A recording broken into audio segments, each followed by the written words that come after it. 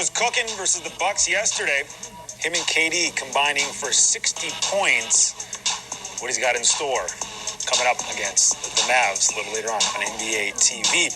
Earlier today, LeBron James was in his feelings a little, hitting IG, putting out this message to himself.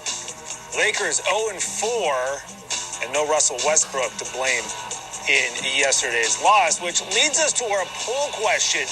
Which team are you most worried about? The Lakers at 0-4, the Sixers at 1-4, or the Nets at 1-3? You can scan the QR code. That's technology, people. And then let us know what you think.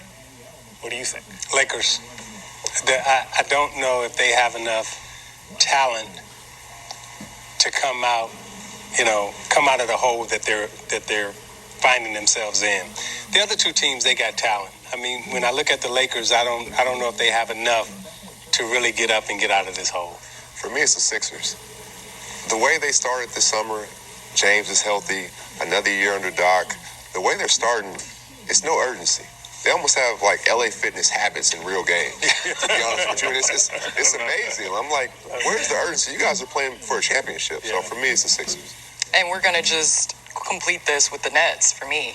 And I look at it like when you're playing winning basketball, there's like an energy around the team. And I think coming into the season, the energy wasn't right. And then now you're seeing that talent is going to save that.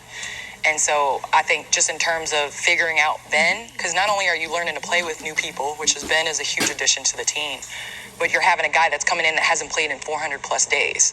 So I think that's something that's going to be, a lot of growing pain and, a lot of getting used to for them. Lakers leading the way right now at 81%.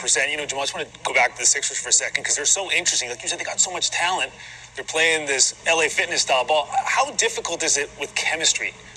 This is James Harden's first training camp with the team, but then they have these other pieces. What's the difficulty there? Chemistry is difficult, but it's veteran guys. Like Tucker and those guys, Tucker, Harden, they played together before, right? So they know each other, and especially Tucker's job, defend, go to the corner and shoot threes. He's a vet. He knows what it takes. That's why they brought him in here. I think it's a little bit deeper than that, to be honest with you. And they need James Harden, not of Houston necessarily, but they need a 25-point, 13-assist James Harden.